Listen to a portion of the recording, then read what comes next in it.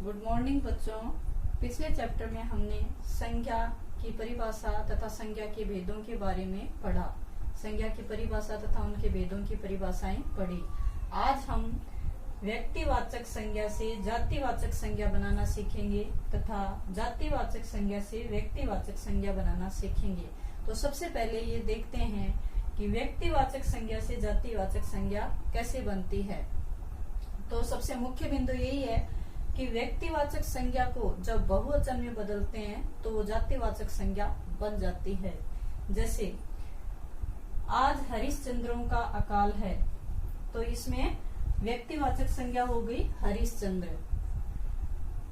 संज्ञा की परिभाषा हमें याद है कि किसी व्यक्ति विशेष के व्यक्तिवाचक संज्ञा की परिभाषा कि किसी व्यक्ति विशेष का नाम, वस्तु विशेष का नाम व्यक्तिवाचक संज्ञा के अंतर्गत आता है। तो ये व्यक्ति का नाम हो गया हरिश्चंद्र। हरिश्चंद्र कौन थे? ये एक राजा थे जो अपने सत्य विचारों के कारण प्रसिद्ध हुए। तो हरिश्चंद्रों का अकाल है, अकाल यानी कमी है देश में। आज हरिश्चंद्रों का अकाल है, तो हरिश्चंद्र राजा, सिर्फ हरिश्चंद्र यहाँ आता तो वो व्यक्तिवाचक संज्ञा के अंतर्गत आता। लेकिन हरिश्चंद्रों आए, बहुवचन बन गए, तो ये किसके कारण? ये गुण या अवगुण के कारण जो व्यक्ति प्रसिद्ध हो जाता है वो व्यक्तिवाचक से जातिवाचक के अंतर्गत बदला जा सकता है। आसपास के रावणों से बचो, तो इसमें व्यक्तिवाचक संज्ञा क्या है? रावण। और यहाँ आ गया रावणों, बहुवचन बन गए रावणों, तो ये बहुवचन जातिवाचक बन गए। समाज में जयचंद भरे पड़े हैं, या समाज में जयचंदों की कमी नहीं है, तो ये अपने अवगुण के कारण प्रसिद्ध थे कि ये एक धोखेबाज इंसान माने जाते हैं। तो समाज में जयचंद भरे पड़े हैं। तो हरिश्चंद्र अपने गुण के कारण प्रसिद्ध थे, रावण भी अपने अवगुण के कारण प्रसिद्ध थे, और जयचंद भी अपने अवगुण के कारण प्रसिद्ध थे। तो हरिश्चंद्रों आ गया, रावणों, जयचंद, ये सारे व्यक्तिवाचक संज्ञा से हमने उनको जातिवाचक संज्ञा बना दिया है। तो सबसे पहले ये जानना जरूरी है कि व्यक्तिवाचक संज्ञा को जब बहुवचन में प्रयोग करते हैं तो वो जातिवाचक संज्ञा के अंतर्गत आता है। अब जातिवाचक संज्ञा से व्यक्तिवाचक संज्ञा बनाना। जातिवाचक में हमने पढ़ा है कि किसी समूह है, समूह के लिए प्रयोग किया जाता है। तो गांधी जी ने अहिंसा का पालन किया। गांधी एक जाति है, समूह है, लेकिन यहाँ इसका हम व्यक्तिवाचक के अंतर्गत प्रयोग कर रहे हैं। कैसे? जैसे व्यक्तिवाचक में सिर्फ एक व्यक्ति के बारे में बताया जाता है, लेकिन ये तो पूरे गांधी जी के बारे में बताया जा रहा है।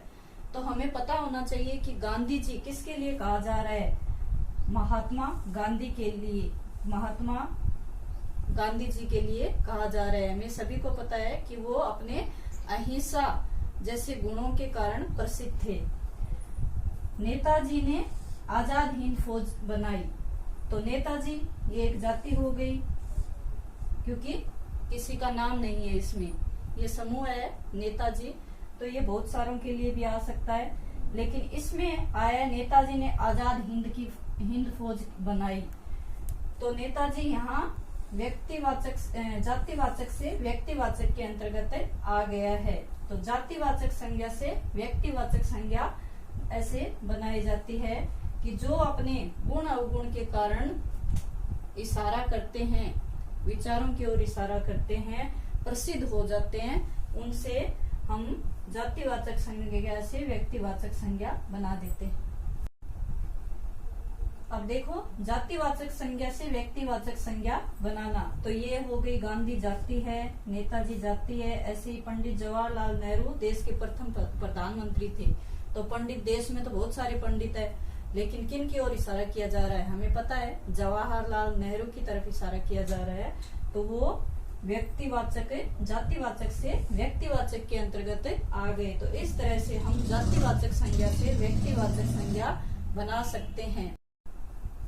अब है भाववाचक संज्ञा का निर्माण। भाववाचक संज्ञाएं कैसे बनाई जाती है? तो सबसे भाववाचक संज्ञा जातिवाचक संज्ञा से भी बनती है, सर्वनाम से, विशेषण से, क्रिया से, सबसे भाववाचक संज्ञाएं बनती है। तो सबसे पहले देखते हैं जातिवाचक संज्ञा से भाववाचक संज्ञा का निर्माण कैसे होता है। तो इसमें है लड़का, मित्र, पुरुष। तो जब हम भाववाचक संज्ञा बनाते हैं तो उसके लिए प्रत्यय का प्रयोग करते हैं। तो इन सब में हम प्रत्यय का प्रयोग करेंगे।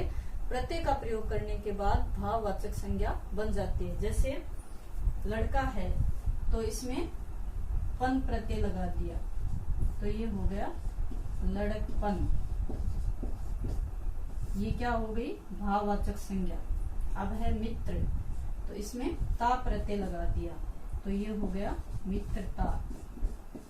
ये भी बन गई भाववाचक संज्ञा। अब है पुरुष तो इसमें तवक प्रत्यय लगा दिया तो ये बन गया पुरुषोत्तर।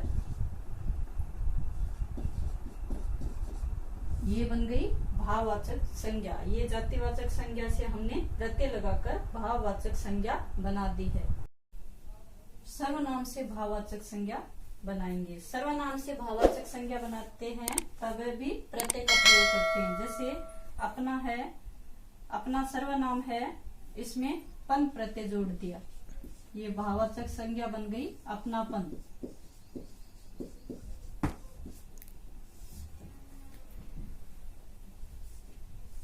निज सर्वनाम है, त्व प्रत्यय जोड़ दिया तो ये बन गया निजत्व।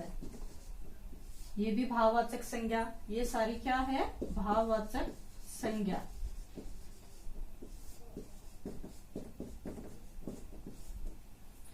अब मम सर्वनाम है, त्व प्रत्यय जोड़ दिया, ये बन गया ममत्व है। ये भी भाववाचक संज्ञा बन गई। तो इस तरह से हम सर्वनाम से भाववाचक संज्ञा बना सकते हैं। अब है विशेषण से भाववाचक संज्ञा बनाना। विशेषण से भाववाचक संज्ञा बनाना। तो विशेषण है बूढ़ा, तो बुढ़ापा, इसमें पा प्रत्यय लगा देंगे, ये बन गया बुढ़ापा। ये बन गई भाववाचक संज्ञा। अब है चतुर, चतुर में ई प्रत्यय लगा के चतुराई, ये चतुराई बन गई भाववाचक संज्ञा। ऐसे ही ये मीठा है विशेषण, तो इसके आस प्रत्यय लगा के बना देंगे मिठास, तो ये बन गई भाववाचक संज्ञा। ऐसे कंजूस है विशेषण, तो ई प्रत्यय बना लगा के कंजूसी। गरीब है विशेषण, तो ई प्रत्यय लगा के गरीबी। इस तरह हम विशेषण से भी प्रत्यय लगाकर भाववाचक संज्ञा बना सकते हैं। क्रिया से भाववाचक संज्ञा बनाना। तो क्रिया से भाववाचक संज्ञा बनाएंगे। होना का हो जाएगा होनी,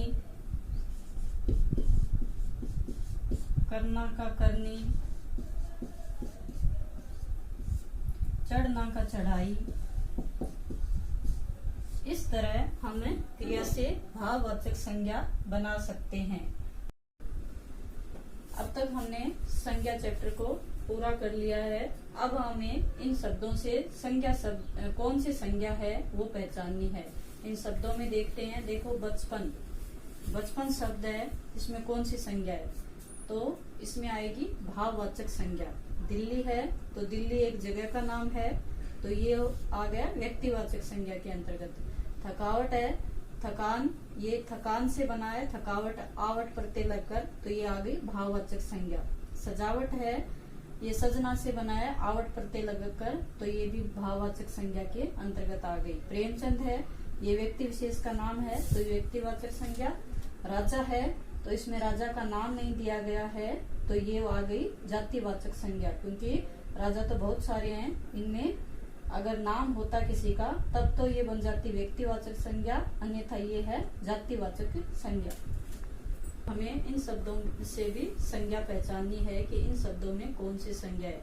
तो दूध, हमने पीछे पढ़ा है कि जातिवाचक संज्ञा के दो उपभेद होते हैं, समूहवाचक और द्रव्यवाचक। तो ये हो गया, तो द्रव्यवाचक के अंतर्गत आ गया। अब है यौवन, यौवन अवस्था का नाम है, तो ये हो गया भाववाचक संज्ञा। अब है हरियाली, हरियाली भी भाव है, भाववाचक संज्ञा के अंतर्गत आएगा। मिठास भी एक अनुभव है, ये भी भाववाचक के अंतर्गत आएगा। सेना है, सेना आएगी समुदायवाचक के या समूहवाचक के अंतर्गत। तो ये सेना हो गई समूहवाचक संज्ञा। तो आज देखिए हमने संज्ञा में जातिवाचक से व्यक्तिवाचक संज्ञा बनाना, व्यक्तिवाचक से जातिवाचक संज्ञा बनाना तथा सर्वनाम विशेषण संज्ञा से भाववाचक संज्ञा बनानी सीखी है। और अब हमने इसके अभ्यास भी कर लिए हैं। तो आज ये संज्ञा चैप्टर पूरा हो चुका है। तो मैं आशा करती हूँ कि आपको अच्छे से समझ में आया होगा। धन्यवाद।